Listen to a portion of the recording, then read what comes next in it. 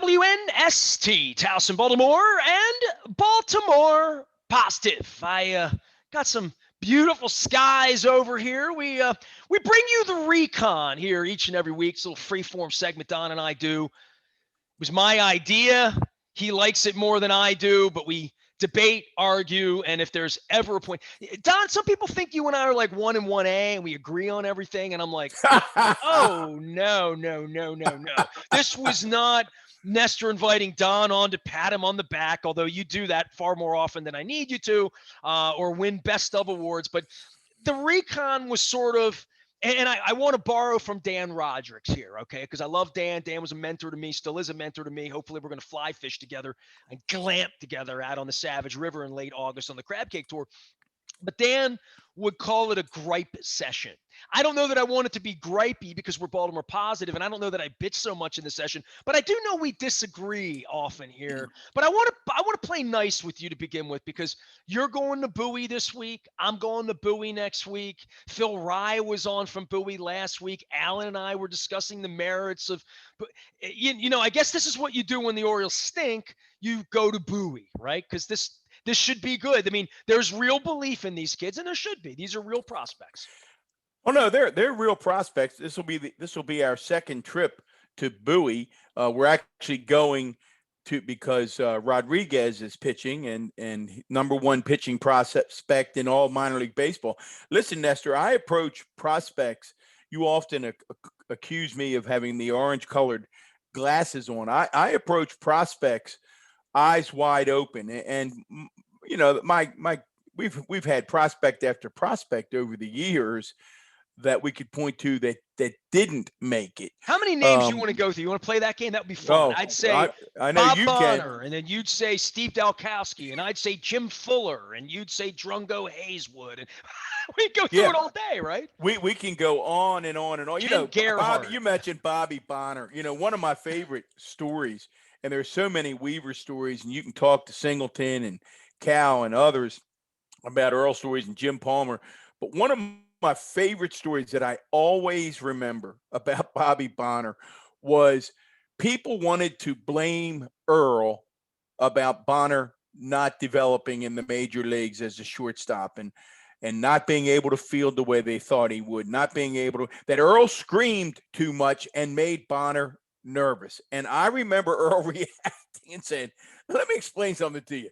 The base is loaded in the bottom of the ninth, and a ball is rocketed out to shortstop.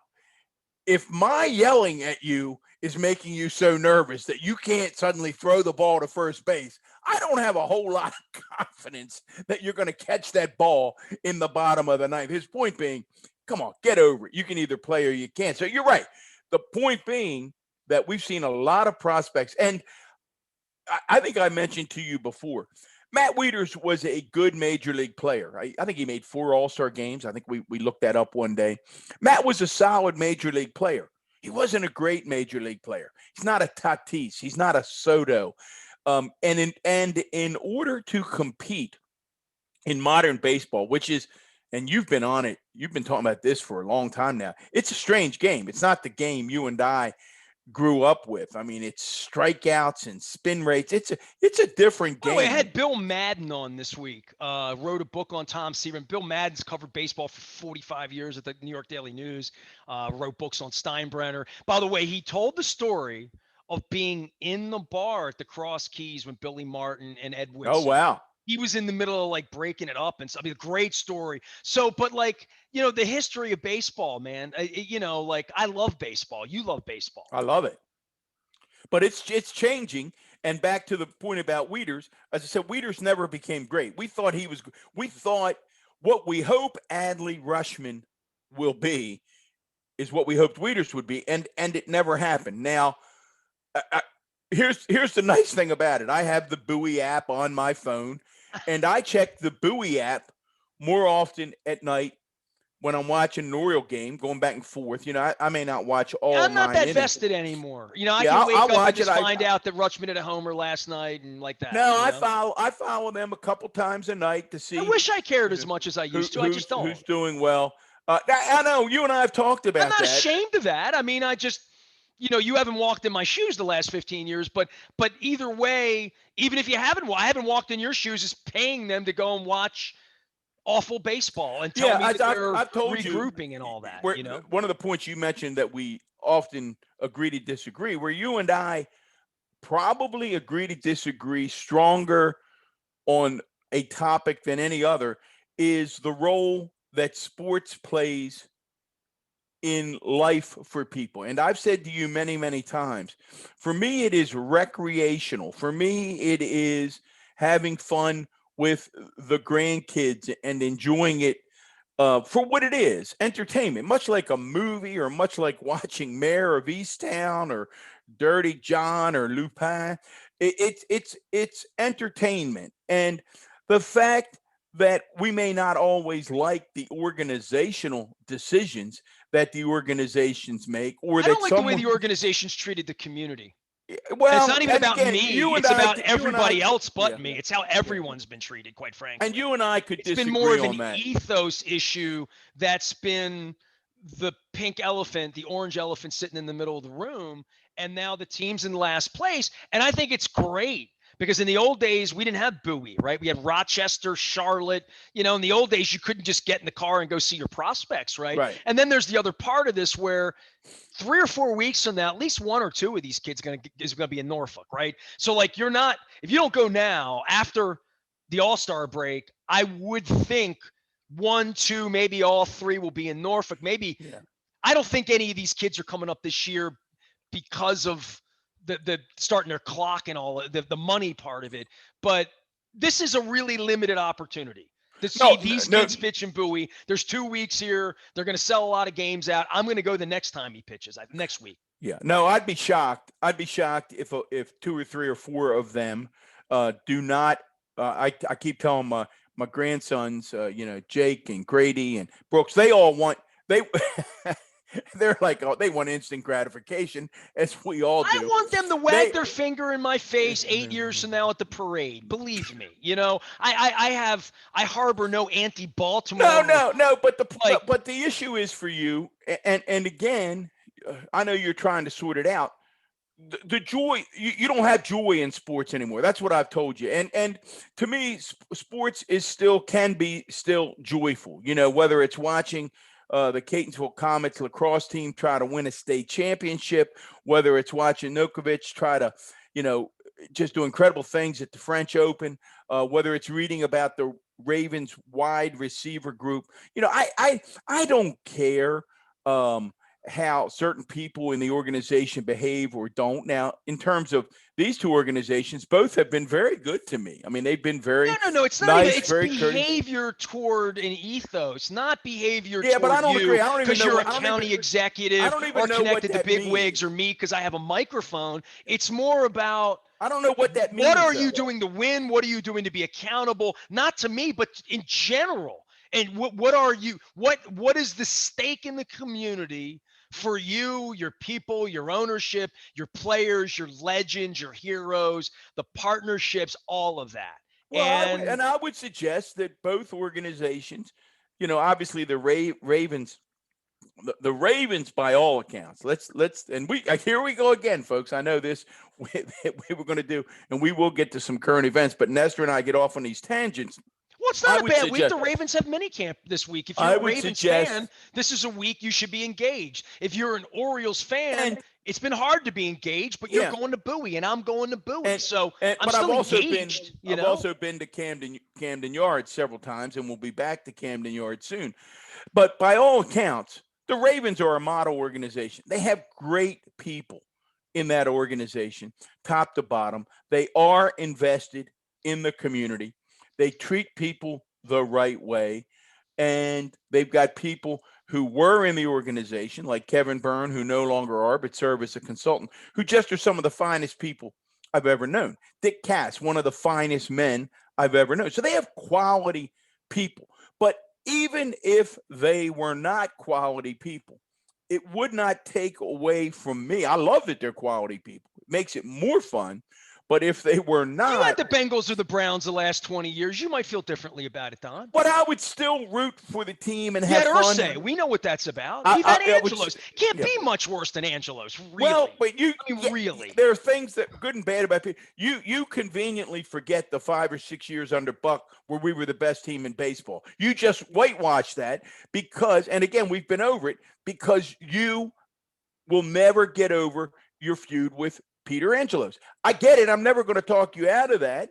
And but therefore the 5 or 6 years where we were the best team in baseball, you just pretend There's no feud. never There's existed. accountability. It's Yeah, simple. you pretend it never existed. And those were 5 or 6 really great years. It was fun to be an Oriole fan.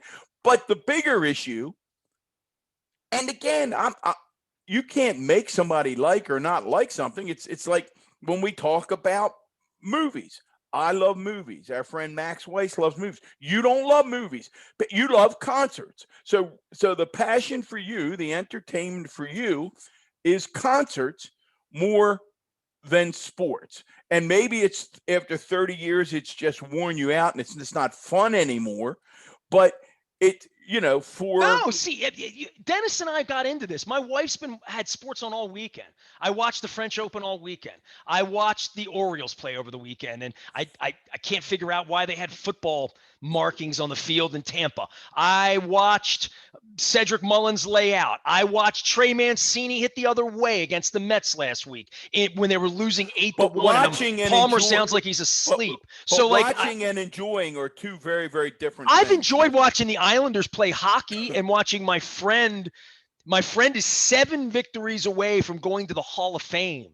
So that's where I am in all of this, is in rooting for the good people in the game and finding a way to walk away and say, I'm going to go fly fishing instead of giving my money or time to the last place Baltimore Orioles. Like, I'm just going to go eat crabs instead. I'm going to go talk to politicians instead. I'm going to go. You said no. I said the joy.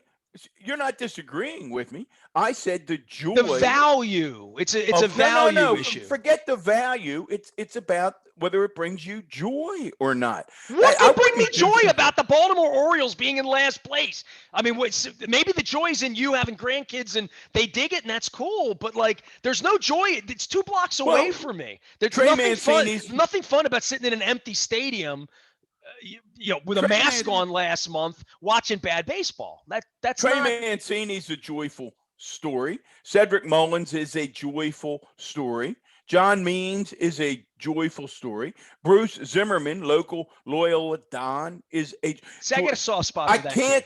I can't convince you because the heart is the heart. I mean, I think this gets us into Don, I'm just saying, I experienced the game in the other room 5 nights a week. The broadcasts are terrible. The team's not very good. But they're not terrible. There's an example. You're just not objective. Kevin Brown is an outstanding young announcer. He's not terrible. He's very, very good. I haven't heard Kevin Brown. I hear Garceau most of the time. He's enthusiastic. Scott is good. Scott's as Baltimore gets.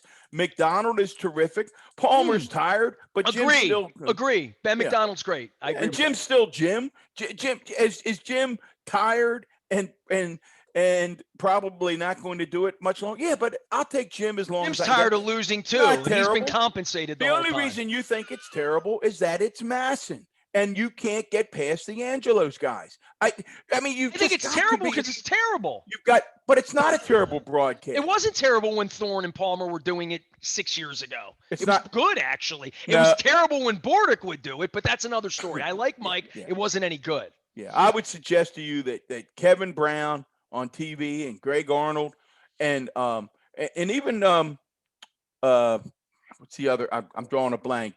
Hollander.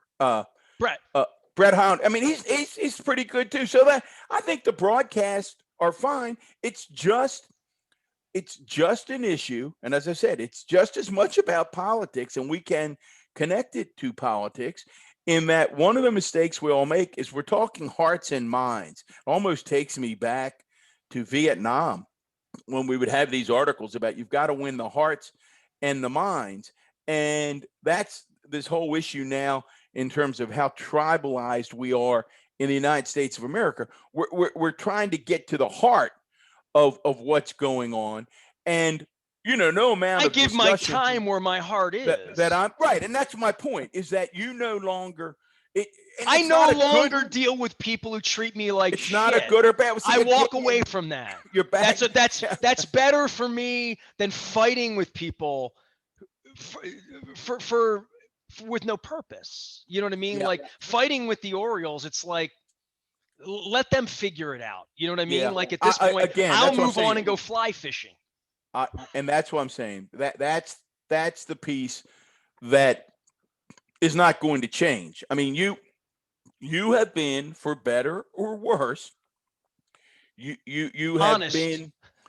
Well, you can call it honest. You can call it whatever. You've been unwilling, as they have, to try to strike a peace. You just haven't wanted to move on. You can't get to that place.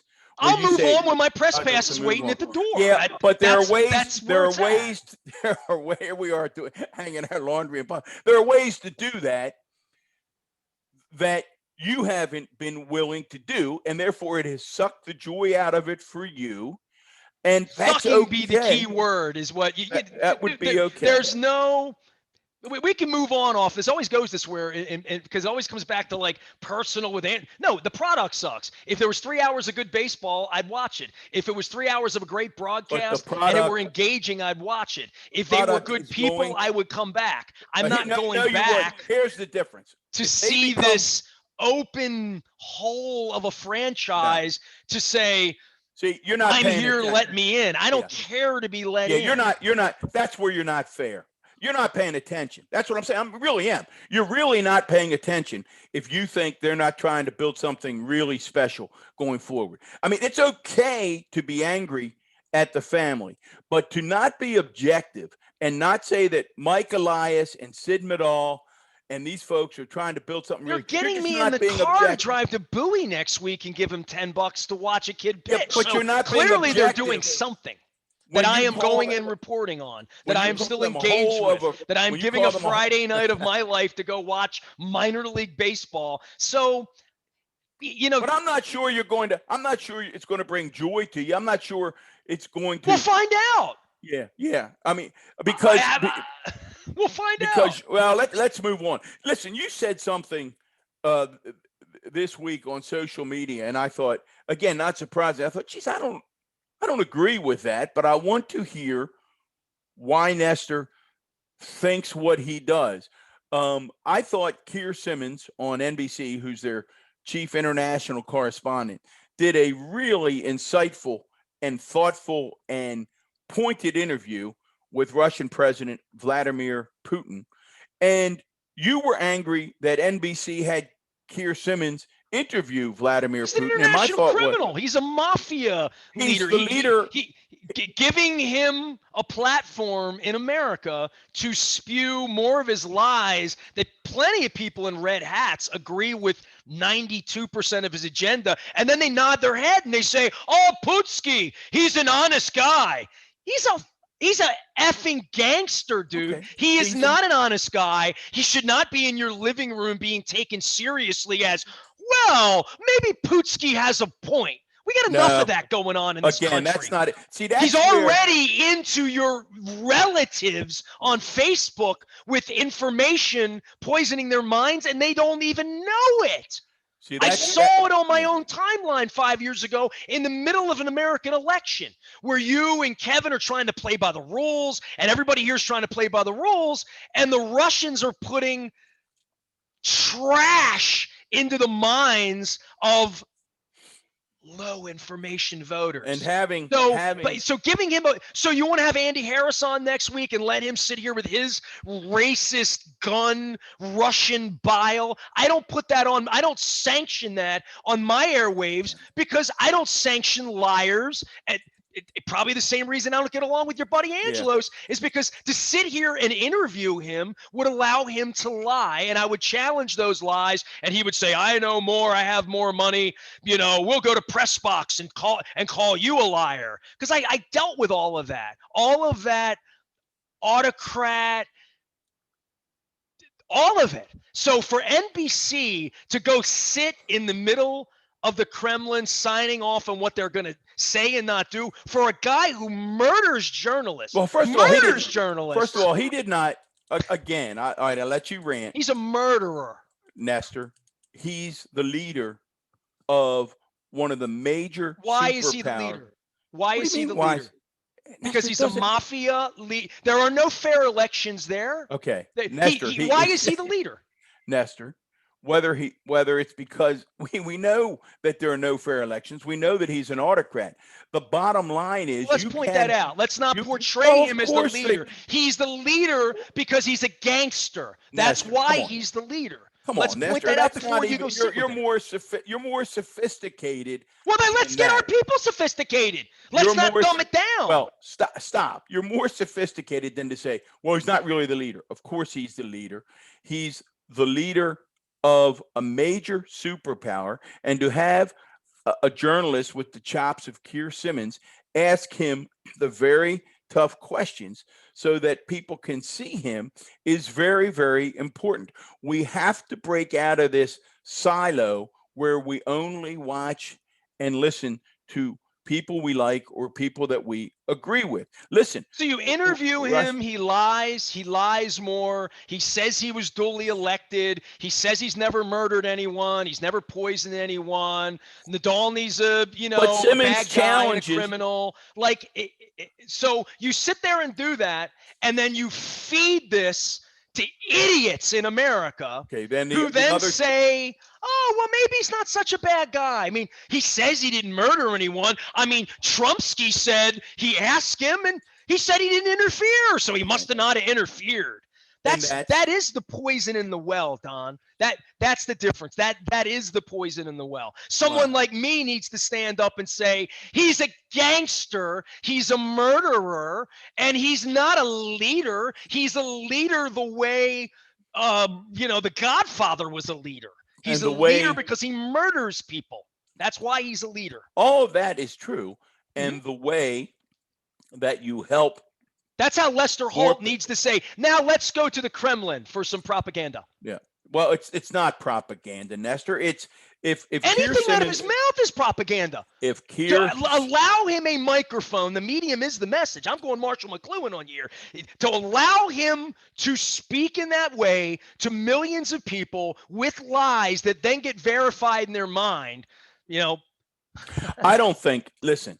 Oh, he's got a point. Putski's got no. I don't really look like a murderer. I don't look at him. I don't believe even Trump voters believe that Vladimir Putin is a good guy. I don't believe that. I think it's one of the really they've allowed him to market them. It's one of the really interesting pieces of history that people will be writing about for a very long time.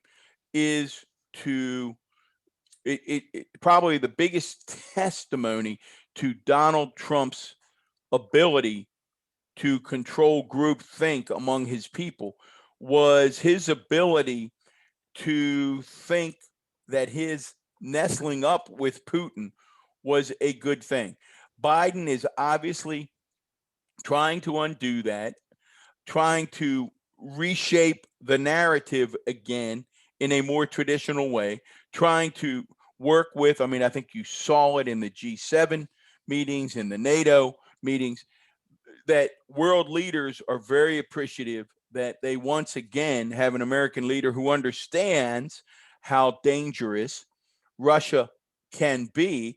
And I would suggest that having Putin exposed by Keir Simmons and that this is the point where I would say to you, I didn't watch it all. I watched 2 minutes, and I would say, did he ask him about the NRA? And then I would think to myself, I'm an a-hole for even asking that. You know why? Did he ask him about the NRA? Whatever he said, Russia's funding the guns. Maria Butina.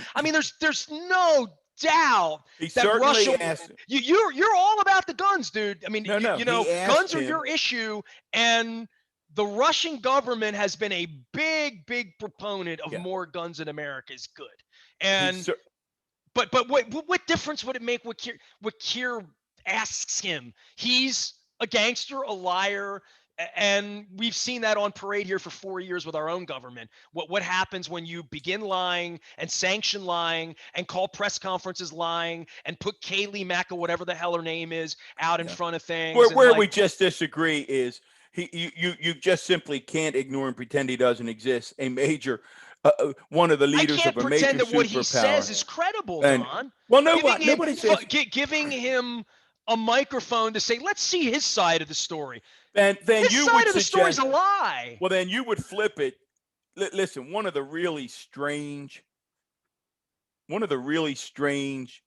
talking points that Republicans are on right now. And again, so many of them are head scratchers to me all the time Bring these anymore. up every But week, and none now, of them, well, they're all bad shit. this So it was a doesn't little matter. But this well, this I'm is a trying to Russian move principle. I'm Flood the trying to zone with move BS. I'm trying to move Make beyond stuff up. I'm trying to move beyond that and try to understand the end game and how we make some progress. The latest talking point is, and it's really odd because they're Republican leaders in Congress are now saying Biden shouldn't be meeting with Putin. He's given too much away. Putin's a bad guy. And this is the same. It's as if they truly remember Men in Black when Tommy Lee Jones had that taser and Will Smith had, and they pointed at your head and you'd forget everything that happened. It's almost like they think they have this black taser. They're going to point at our heads. And we forget that for 4 years, they thought Trump talking about his buddy Vladimir and doing joint press conferences and saying, Vladimir told me it couldn't happen. It didn't happen. So it didn't happen. And they were all in for Trump's boy love affair, with Vladimir. And now we've got a president who's going to go over and look Vladimir in the face and tell him to knock it off and stop the cyber stuff, or we're going to. And now they think, well, we shouldn't be meeting. It's illogical. It's they want to take this black taser, the Tommy Lee Jones taser, point it at our head and say, forget what happened with Trump, and Biden shouldn't be going there. There will be a point. There will be a point where we begin to talk sense again. And if we flip it, Nestor, I'm really fascinated, and you're going to do a lot. And I know we got to run. You got another interview coming up, but it's going to be really fascinating to watch this Maryland gubernatorial election. And people saying, well, how do you jump from Putin and Republicans to Maryland gubernatorial? And I think ideology. It's where people I think it's all connected. And you've talked about it. You talked about it with Michael Steele and others. You're going to be talking about it with the whole group. Wes Moore, Doug Gansler, Vashern Baker, all of them are going to be chatting with us.